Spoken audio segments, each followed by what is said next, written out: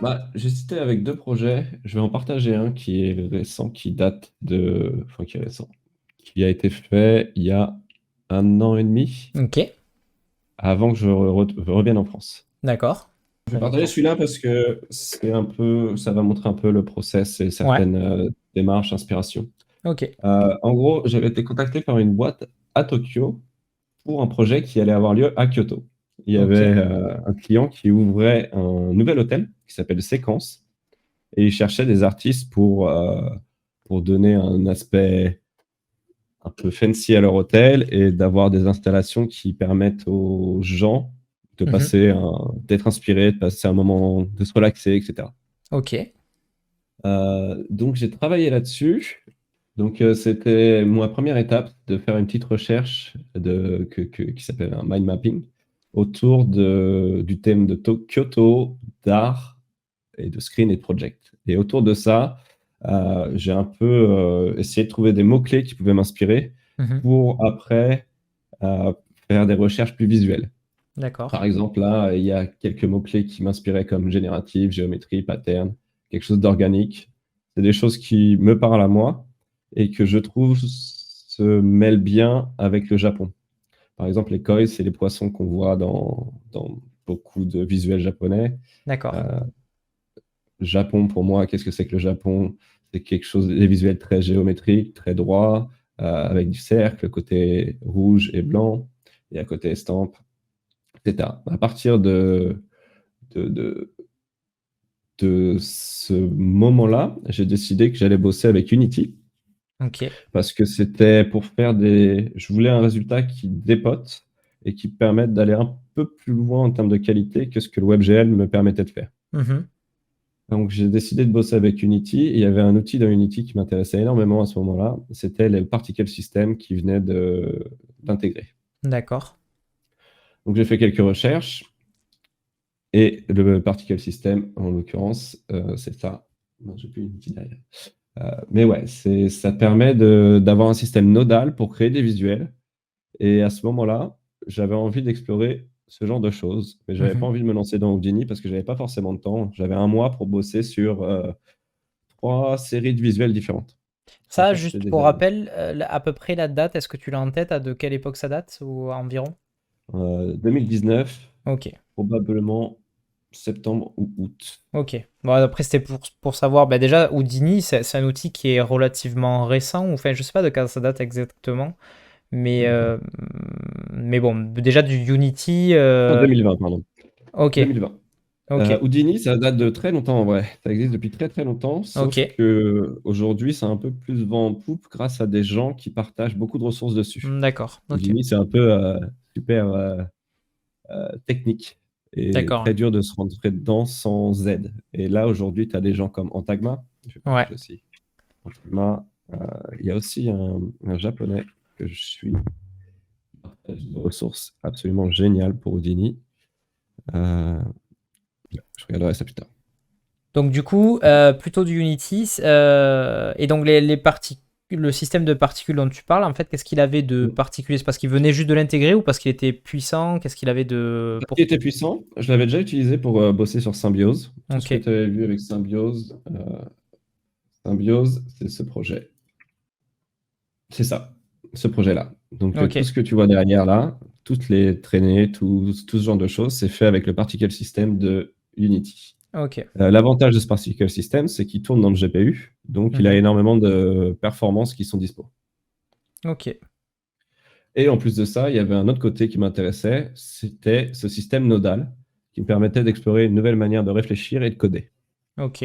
Parce qu'au final, ça reste une logique très code, mais avec des box, où tu drag and drop des fils dans des inputs, et ça te permet de faire ce genre de visuel au final. Ok. Ouais, donc arrives quand même à apporter vachement de complexité, ne serait-ce qu'en empilant, on va dire, en quelque sorte, et oui, en faisant plusieurs strates, en fait, de différentes features que tu vas ajouter et qui vont faire finalement des choses très complexes à l'arrivée, quoi. Ouais, exactement. Ok. Exactement. Et en plus de ça, quand on bosse dans Unity, ça permet d'avoir un peu plus de puissance que le WebGL Mhm.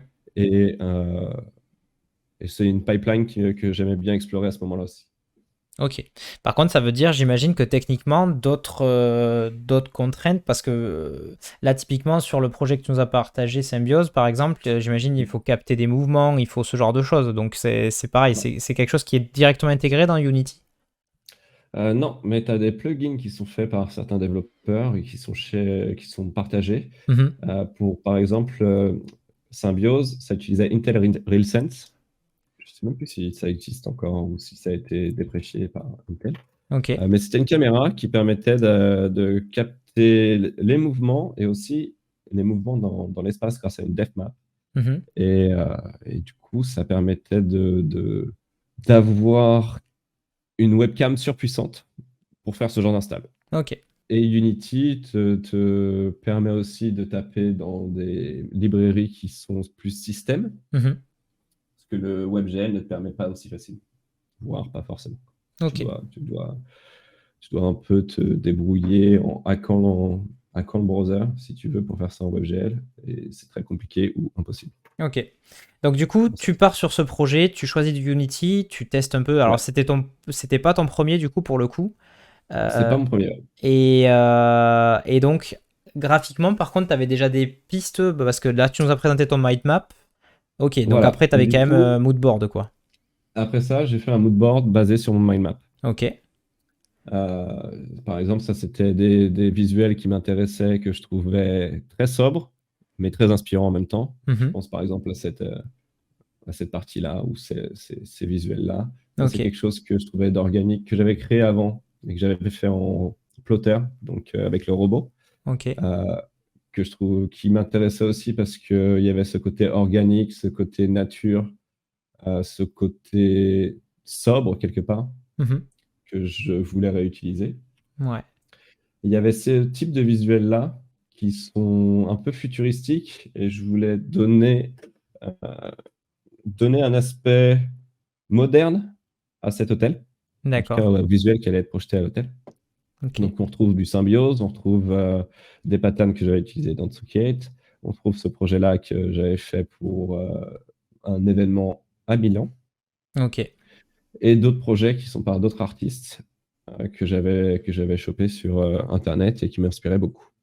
Ok. Ensuite, j'ai fait d'autres moodboards, mais cette fois-ci plus pour dire j'adore ces couleurs, pour moi ça représente le Japon et je pense qu'il faut aller dans cette direction. Ok. Donc là, plus une recherche, on va dire, de porter sur les couleurs et les ambiances en fait finalement. Ouais, exactement. Et aussi, tu vois, c'est des photos. Et je trouve que c'est bien aussi de sortir un peu de choses qui ont déjà été créées par d'autres personnes ou Ouais. par nous, des fois, et de se rapprocher du réel, notamment avec un pays comme le Japon que je trouve très inspirant. Là, c'est des En plus photos de que tu as ça. fait toi ou Non, c'est des photos que j'avais tu as online. récupéré? Ok. Ouais. Et tu vois, par exemple, sur ces photos, on voit que c'est des jardins japonais, mais avec ces petites formes qu'on retrouvait notamment ici, ici, ici. Ouais. Il y avait aussi ça. Ces photos-là, elles m'inspiraient dans le sens où il y a beaucoup de cercles, beaucoup de patterns, beaucoup de grilles que j'avais envie d'utiliser. Ok. Et je me suis arrêté sur ces deux moodboards en termes de vibe, si tu veux. Mhm. Ensuite, j'ai commencé à... il y avait trois endroits dans l'hôtel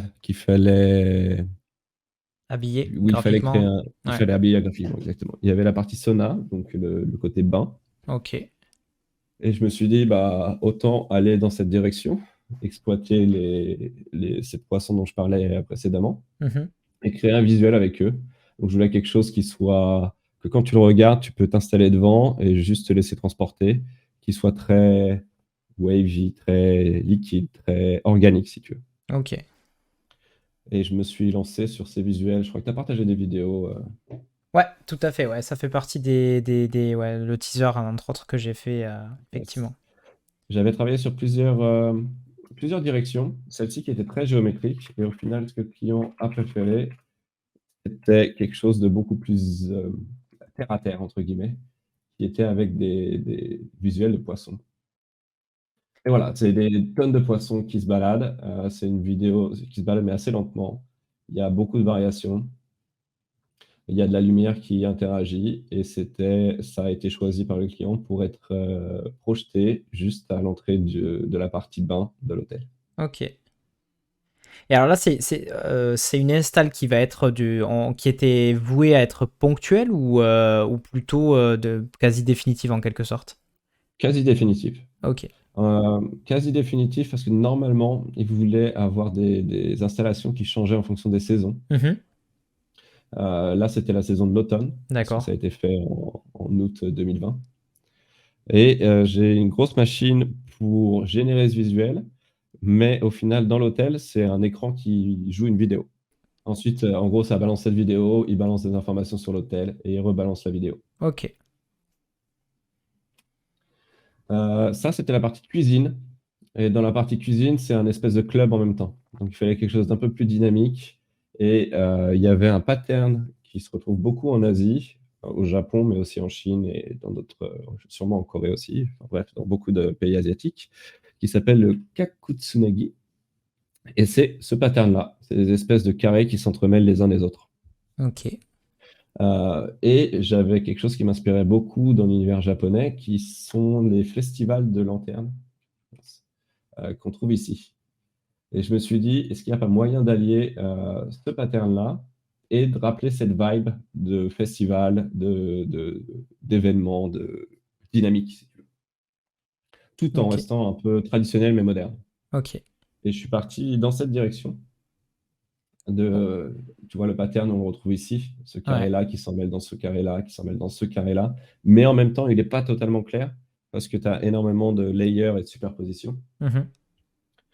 Euh, Pareil, une autre variation, des carrés plus petits, beaucoup plus dynamiques et beaucoup plus riches, beaucoup plus intenses. Mhm.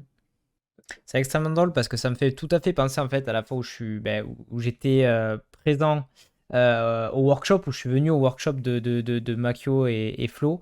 C'est que en fait moi j'y allais dans une intention d'essayer de comprendre en fait techniquement comment les choses fonctionnaient, notamment le WebGL, hein, mais WebGL parmi tant d'autres choses.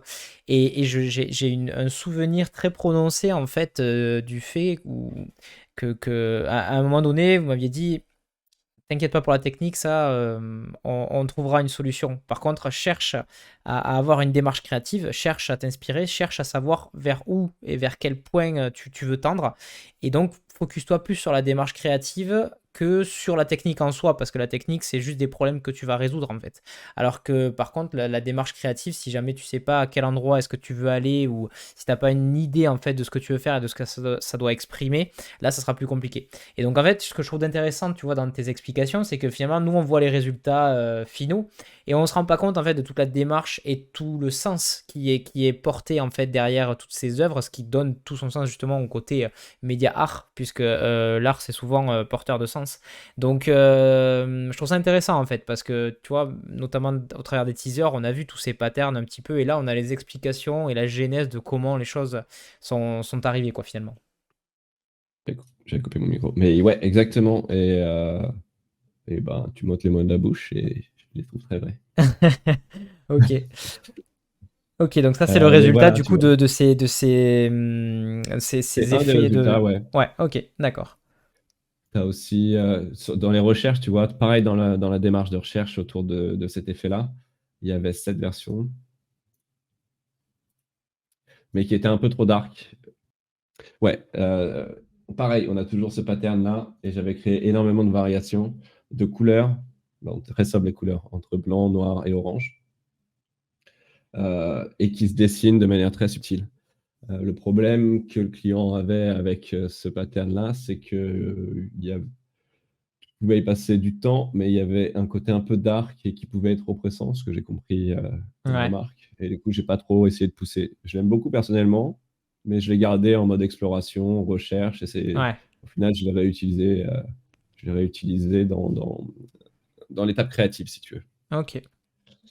Ok, alors là du Et coup c'est la dernière partie je suppose de cette réal quoi. ouais, ah bah ouais, en fait, pour le coup, je me suis trompé. Celui-ci, c'était bien pour la partie cuisine, etc. Mais Ouais, à la base, il y avait aussi une partie chambre, et c'était celle-ci que je voulais mettre dans les chambres. ok, Enfin dans les chambres, dans les couloirs qui mènent aux chambres.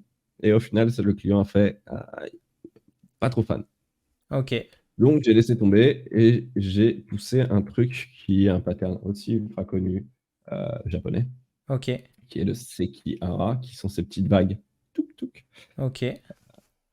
Et ce que j'aime bien, bah, entre guillemets, c'est une solution de facilité parce que ils sont naturellement beaux Ouais, et je les avais un peu exploités avec Tsuki8, donc je connaissais le sujet, ok, mais j'étais motivé pour pousser le concept un chouïa plus loin que ce que j'avais fait pour Tsuki8.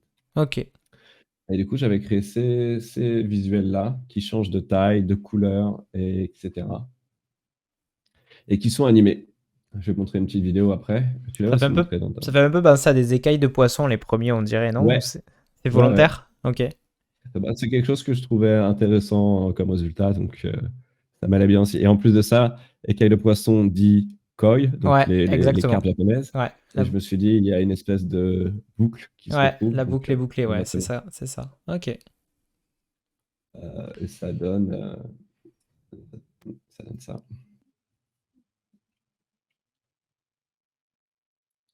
Donc quelque chose de très wavy, encore organique dans la manière dont ça apparaît et disparaît. Uhum. Et on a énormément de variations. Bah, théoriquement, l'algorithme, il est fully génératif. Donc c'est un peu D'accord. comme ce que je disais avec Artblock tout à l'heure. C'est-à-dire qu'à chaque fois qu'il va y avoir des cercles qui apparaissent, c'est quelque chose que j'ai codé, donc c'est possible qu'ils apparaissent, mais c'est pas vraiment le résultat exact que je voulais. Ok, Donc je me laisse aussi surprendre par ce qui apparaît. d'accord. Et en plus de ça, il y a certains moments, il y avait des résultats que j'aimais pas, donc j'ai changé l'algorithme pour éviter ce genre de résultats, Ok. etc. Et alors, Et tu arrives quand même à... Enfin, quelqu'un qui, en gros, voudrait se lancer sur ça, qui est un peu appétant, on va dire, au WebGL, qui a déjà voilà, Hmm. des notions d'algorithmie ou autre, est-ce que ça se... t'as des parallèles quand même, c'est assez... Ou est-ce que c'est vraiment complètement différent de ce qu'on fait en WebGL? Tu veux dire Unity versus WebGL? Ouais, Ça dépend de la manière dont tu vas coder. Les nodes que je montrais tout à l'heure, c'est différent. ok, Mais la logique, ça reste la même chose. d'accord. C'est-à-dire que la manière dont j'ai réfléchi ce visuel, j'aurais pu le coder en WebGL. Ok, d'accord. C'est juste que la techno est différente, l'outil est différent, mais la logique qui est derrière, c'est la même. Ok, On a une question de leasing, on a une question de grid, on a une question de sinus cosinus là-dessus pour faire bouger ouais. pour faire bouger chaque écaille. Euh, on a des couleurs qui sortent de palettes. Donc les concepts, Ouais, c'est les ouais, mêmes, c'est d'accord. juste une manière de les intégrer différente. Ok, je vois. Ensuite, j'avais exploré le cercle, mais je ne sais pas trop pourquoi. Le client, il a dit, ça ressemble trop à Corona, vu Oh, que ça a été extract. Mais je l'aimais beaucoup ce visuel. ouais. Mais bon, il paraît que c'est une molécule Corona. Ah ouais, d'accord, ok. Voilà. J'imagine que tu as découvert ça en même temps, parce que moi, je savais pas du tout. Là, pour le coup, Ouais, j'avoue que... exactement. Quand il a dit ça, j'ai fait. Je me D'accord. suis dit, c'est un débat perdu d'avance. Ouais, Donc c'est j'ai dit, ça, c'est on va faire ça. autre chose. Ok. Ok. Et l'autre chose que j'ai faite, c'était celle-ci. Euh, Est-ce que je peux la mettre en presse encore? Ouais. Donc, il manquait une pièce qui voulait être différente. Et j'ai poussé. Bah, du coup, il m'avait invité à Kyoto. Ouais. Et je me suis dit, tu sais quoi? Je vais me balader et je vais essayer de m'inspirer de ce que je vois parce que là, j'étais à peu près à court d'inspiration. C'est-à-dire que les moodboards que j'avais fait, euh, les recherches en amont que j'avais fait, bah, je me suis dit, autant que j'aille me balader dans la ville et que j'aille voir des temples, que j'aille voir des choses, et puis on verra bien ce qui en sort. Du coup, je me balade toute la journée avec mon appareil photo et je prends des photos. C'est toujours pas les miennes, là, pour le coup. Ok.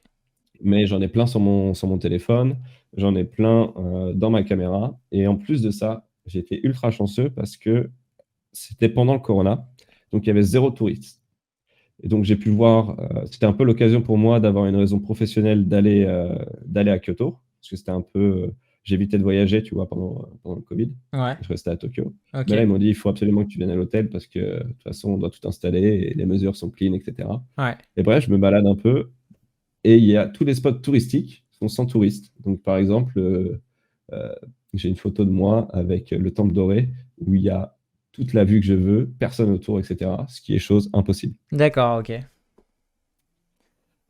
Et je me suis dit, il y a une inspiration depuis très longtemps que j'ai qui est du Van Gogh et tout ce Ouais. qui est impressionniste. Ok, Et en faisant des petites recherches là-dessus, je découvre que Van Gogh a été inspiré de ouf par l'art japonais à l'époque. Parce ok, que ils importaient des estampes, ils créaient des espèces de mini-affiches d'estampes japonaises qu'ils importaient en Europe. Et quand il les avait vues, ça l'a inspiré à créer quelques tableaux. ok.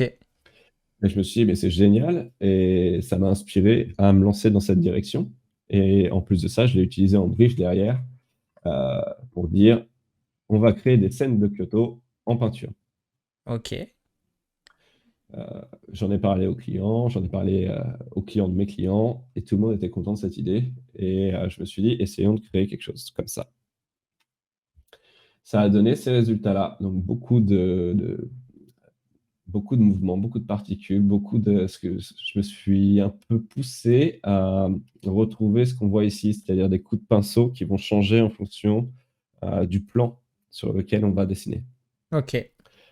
Par exemple, tous les coups de pinceau qui sont dans l'eau, c'est des coups de pinceau qui sont en horizontal. Tous les coups de pinceau qui sont sur cette partie-là, c'est vertical. Tout ce qui se passe ici, c'est beaucoup plus spiral, en termes de spirale, etc. Ouais, ouais.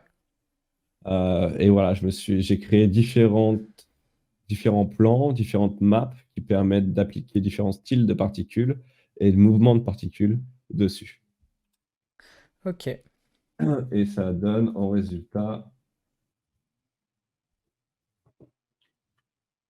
quelque chose de très abstrait au début, avoir des gros couches de peinture qui au final vont devenir de plus en plus fins pour laisser découvrir une peinture animée qui pourrait être dans le style impressionniste. Et après, c'est l'accumulation en fait des particules qui fait la couleur ou c'est vraiment, non, tu disais, c'est le coup de pinceau en fait en fonction de la direction qui est prise qui Les fait deux. que. Ok, En gros, je dessine et j'efface jamais quelque chose. Donc ok, chaque nouvelle particule qui apparaît au-dessus de l'autre va effacer ce qui est en dessous. ok. En plus de ça, les particules vont avoir un mouvement. Et du coup, je ne sais pas à quel point la vidéo est quali là maintenant, mais je la mets dans le chat. Ouais.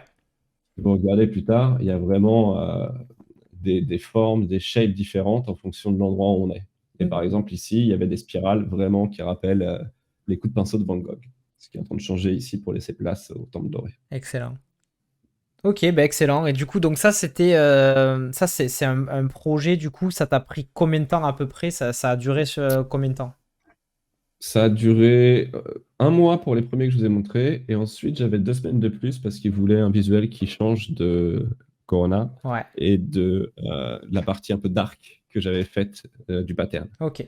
Et du coup, ils m'ont redonné 2 semaines de plus pour en créer un nouveau. Ok. Et les visuels avec les temples, ce que je viens de vous montrer à la fin, là, en mode peinture impressionniste, ça a pris 2 semaines de plus. Et sinon, les autres, c'était sur un mois qu'il y a eu ces visuels qui ont été créés.